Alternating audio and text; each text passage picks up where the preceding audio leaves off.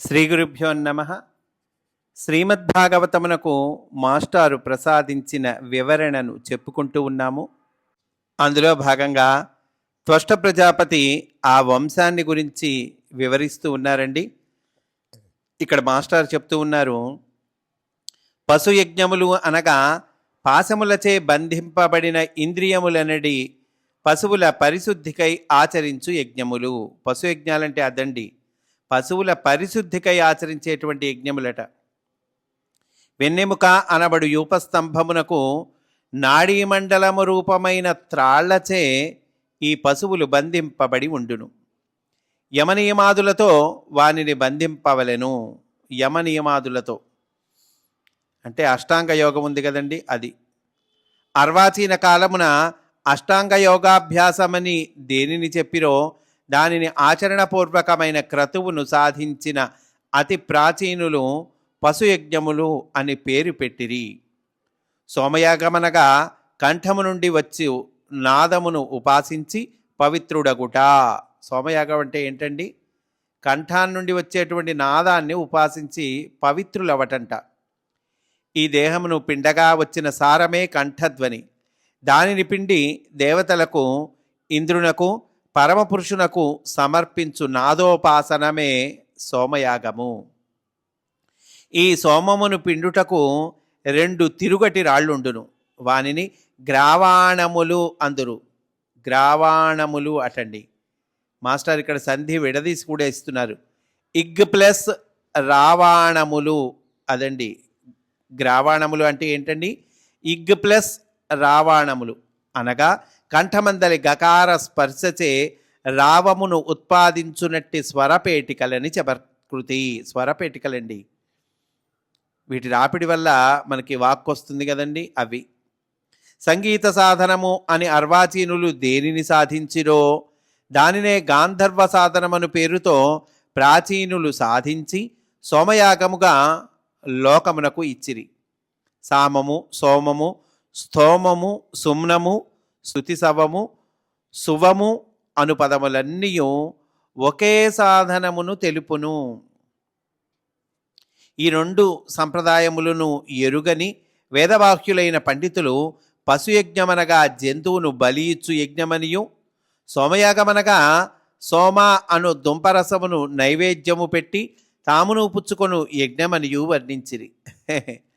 ప్రాచీన యుగములలో ఆ సంప్రదాయం ఎరుగని వారు భారతవర్షమునకు దండెత్తి వచ్చి స్థిరపడిన వెనుక పండితులై బ్రాహ్మణులుగా ముదిరిపోయి ఇట్టి భ్రష్ట సంప్రదాయమును ఏర్పరచి ఉందురు అంటున్నారండి మాస్టారు.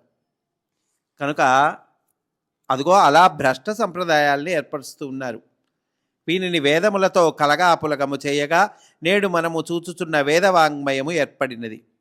ఓషధిని పిండి సోమము పానము చేసి తిమి అనుకొనుచున్నారు అని వీరిని పరిహాసము చేసిన మంత్రములు కూడా నేటి ఋగ్వేదమున ఉన్నవి.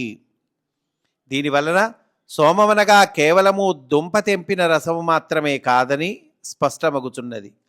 ఆధునిక పాశ్చాత్యులలో కొందరు సోమమనగా ఒక విధమైన మద్యము కావచ్చునని రచించిన మ్లేచ్చులు కూడా ఉన్నారు. ధాత అను ఆదిత్యునకు కుహు, సినీవాలి, రాక, అనుమతి అను 4 భార్యలు. ధాత అనేటువంటి ఆయనకి వంశము, వరుసగా వంశంలోని ఎవరి తర్వాత ఎవరు ఇవన్నీ చెప్తున్నారండి. ధాత అనేటువంటి ఆదిత్యుడికి ఎవరికి? ఈయనకి 4 భార్యలట. అందు కుహూదేవికి సాయమను పుత్రుడు పుట్టెను, సినీవాలికి దర్శుడు పుట్టెను, రాకకు ప్రాతరుడు పుట్టెను, అనుమతికి పూర్ణిముడు పుట్టెను. అంటే మాస్టర్ అంటున్నారు ఇక్కడ వీరహోరాత్ర విభాగములైన వేళలు. వీరు అహోరాత్ర విభాగములైన వేళలండి. వీళ్ళు రాత్రి పగలు విభాగములైన వేళలు వీళ్ళు. అది సాయమనగా సాయంకాలము, దర్శనమనగా చంద్రదర్శన వేళ, ప్రాతరుడనగా ప్రాతకాలము.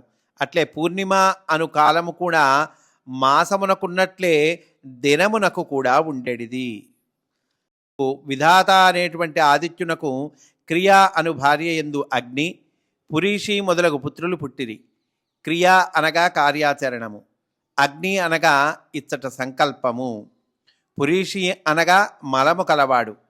అంటే ఏ పని చేసినను మిగిలిపోయిన మలిన పదార్థాదుల ఏర్పడుట, ఏ పని చేసినా కూడా ఆ మలిన పదార్థాలు ఏర్పడతాయి కానీ ఆ వ్యర్థ పదార్థాలు అవి ఏర్పడతాయి కదా, వానిని తొలగించుకొను సంస్కారావశ్యకత పురీష శబ్దమునకు లక్ష్యము. అవి లక్ష్యములు అంటున్నారు. పురుష శబ్దానికి లక్ష్యములు అవి ఏంటవి? ఇగో ఈ వ్యర్థ పదార్థాలను తొలగించుకొను సంస్కారావశ్యకత. వరుణునకు చర్షిణి అను భార్య యందు భృగువు పుట్టెను. అతడు పూర్వము బ్రహ్మపుత్రుడై మరలా వరుణునకు పుట్టెను. ఇక్కడ మాస్టర్ చెప్తూ ఉన్నారు, భృగువనగా తేజోమయమూర్తి అగు తెల్లని కిరణములు. ఈ కిరణము హిరణ్యగర్భుడైన సూర్యుని బింబము నుండి వెలువడినది కనుక బ్రహ్మపుత్రుడు జలములలో ప్రతిబింబించిన వెనుక వరుణపుత్రుడు జీవదేహములందు శుక్రధాతువుగా దిగివచ్చును. కనుకనే శుక్రుడు భార్గవుడు లేక భృగువంశమువాడు అందురు. వేద సాంప్రదాయమున భృగువులనగా వెలుగులు, అంగిరసులనగా శబ్దములు. భృగువులంటే ఎవరండి? వెలుగులు. అంగిరసులంటే శబ్దములు. వరుణునకు పుట్ట నుండి వాల్మీకి అను పుత్రుడు పుట్టెను. ఇక్కడ మాస్టర్ చెప్తూ ఉన్నారండి, వల్మీకము అంటే ఏంటండి? వల్మీకము అనున్నది శాస్త్ర సంకేత పదములలో ఒకటి, 9 విధములైన మేఘములలో ఒకటి. అట్టి మేఘము నుండి పుట్టిన ఇంద్రధనస్సునకే వాల్మీకి అనున్నది సంకేతనామము. సూర్యకిరణముల నుండి దిగి వచ్చిన వర్షా మేఘమును సూర్యవంశపురాజైన రాముడిగా, నాగటి చాలును సీతగా దర్శించి రచించిన కవి. ఈ ఇంద్రధనస్సు భూమికి దిగి వచ్చిన నరదేహధారి అయిన వాల్మీకియే. ఇంద్రధనస్సు ఏంటండి? అగో భూమికి దిగి వచ్చిన వాల్మీకి మహర్షి ఉన్నారు కదా, ఆయనే. వల్మీకము చివర నుండి ఇంద్రధనస్సు పుట్టుచున్నది అని వ్రాసిన కాళిదాస వాక్యమునకు పుట్ట నుండి పుట్టుచున్నదని వ్యాఖ్యానకర్తలు అర్థము చెప్పిరి. వల్మీకమనబడు జాతి మేఘము నుండి పుట్టుచున్నదని చెప్పవలెను. ఇక్కడ పుట్ట నుండి కాదండి పుట్టటము, వల్మీకము అనబడేటువంటి జాతి మేఘము నుండి పుట్టుచున్నది, అది అట్లా చెప్పాలి అంటున్నారు మాస్టర్. మిత్రావరుణులు అను జంట దేవతలకు ఊర్వశి యందు రేతస్సు స్రవింపగా దానిని కుంభమున పెట్టి రక్షించుట వలన అగస్త్యుడు వశిష్ఠుడు జన్మించిరి. అంటే ఇక్కడ మాస్టర్ చెప్తూ ఉన్నారు, వారిద్దరికిని మైత్రావరుణి అని బిరుదు కలదు. మిత్రుడు వరుణుడు అనువారు ఆకాశమున పనిచేయునట్టి బ్రహ్మాండ దేవతలు. ఎవరండి వీళ్ళిద్దరూ? ఆకాశమున పనిచేయునట్టి బ్రహ్మాండ దేవతలటండి. వారు సౌర కుటుంబముల కన్నా ముందు నుండి ఆకాశమునందు ఉన్నవారు. వారి రేతస్సు అనగా తేజస్సు అనే అర్థము.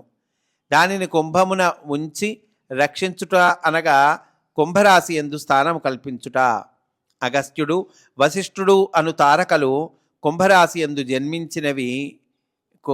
అగస్త్యుడు వశిష్ఠుడు అను తారకలు కుంభరాశి యందు జన్మించినవని ఖగోళ శాస్త్రము. అగస్త్యునకు కుంభజుడని బిరుదు ప్రసిద్ధమైనది. సరే, మిత్రునకు రేవతి యందు రేవతి అనేటువంటి భార్య యందు అరిష్ట అను కూతురు, పిప్పలుడను కొడుకు పుట్టిరి.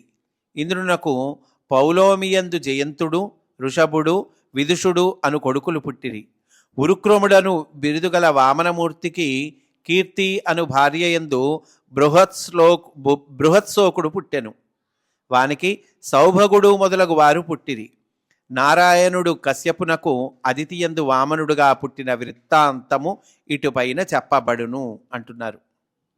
భగవంతుడు కశ్యపుడికి అదితియందు వామనుడిగా పుట్టాడు, అది తర్వాత ఆ వృత్తాంతం వస్తుంది మనకి అంటున్నారండి. సరే, దితిసుతుల వంశమును గురించి చెప్పేదను. ఆ వంశము వారిలో ప్రహ్లాదుడు, కశ్యప ప్రజాపతికి భార్యలు కదండి వీళ్ళు, అదితి దితి. అందులో దితి సంతతి గురించి చెప్పేదను అంటున్నారు. ఆ వంశం వారిలో ప్రహ్లాదుడు, బలిచక్రవర్తియు పరమ భాగవతోత్తములై అందరి చేతను గౌరవింపబడిరి. ప్రధానంగా ఇద్దరండి ఆ వంశంలో. ఎవరు? ప్రహ్లాదుడు, బలిచక్రవర్తి. ఏమిటి వీళ్ళ స్పెషాలిటీ? పరమ భాగవతోత్తములై అందరి చేతను గౌరవింపబడిరి. దితి కొడుకులు హిరణ్యకశిపుడు, హిరణ్యాక్షుడు, హిరణ్యకశిపుడు దితి కొడుకులు ఇద్దరు, హిరణ్యకశిపుడు హిరణ్యాక్షుడు. హిరణ్యకశిపుడు జంభాసురుని కూతురకు దత్తను పెళ్లి ఆడెను. ఈమె పేరే లీలావతి అను పేరుతో ప్రసిద్ధి చెంది. హిరణ్యకశిపుని భార్య లీలావతి అంటాం కదండి మనం, కానీ అసలు ఆమె పేరేంటి? జంభాసురుని కూతురకు దత్తటండి ఈమె పేరు. ఈమె ప్రసిద్ధి ఏ పేరుతో ప్రసిద్ధి చెందింది? లీలావతి అనే పేరుతో ప్రసిద్ధి చెందింది. ఆ దంపతులకు ప్రహ్లాదుడు, అనుహ్లాదుడు, సంహ్లాదుడు, హ్లాదుడు అను కొడుకులను, సింహిక అను కూతురును పుట్టిరి. సింహికకు రాహువు పుట్టెను. అతని శిరస్సు అమృతపానము చేయగా హరి తన చక్రముచే ఖండించెను. సంహ్లాదునకు గతి అను భార్యయందు పంచజనుడు పుట్టెను. హ్లాదునకు దమని అను భార్యయందు వాతాపి, ఇల్వలుడు పుట్టిరి. వారిని అగస్త్యుడు భక్షించెను. అనుహ్లాదునకు శూర్మ్య అను భార్యయందు భాష్కలుడు, మహిషాసురుడు పుట్టిరి. ప్రహ్లాదునకు దేవి అను భార్యయందు విరోచనుడు పుట్టెను. అతనికి బలిచక్రవర్తి పుట్టెను. కనుక ప్రహ్లాదుని కుమారుడు విరోచనుడండి, విరోచని కుమారుడు బలిచక్రవర్తి. అంటే ప్రహ్లాదునికి మనుమడు బలిచక్రవర్తి. బలికి అసెన అను భార్యయందు బాణుడు మొదలుకొని 100 కొడుకులు పుట్టిరి. 100 మంది కొడుకులు పుట్టారటండి. బలిచక్రవర్తి పట్టమహిషి పేరు వింధ్యావళి అంటున్నారు బ్రాకెట్లో. ఆయన పట్టమహిషి ఎవరండి? వింధ్యావళి. కానీ ఆయనకి 100 కొడుకులు పుట్టింది ఎవరికి? అసన అను భార్యయందు బాణుడు మొదలుకొని 100 కొడుకులు పుట్టిరి. సరే, ఈ బలి యొక్క ప్రభావమును ఇటుపైన వివరించెదను. బాణాసురుడు పరమేశ్వరుని ఆరాధించి ప్రమథగణములకు ముఖ్యుడయ్యను. వీరందరూ కాక దితిగర్భమున 49 మంది వారు పుట్టిరి.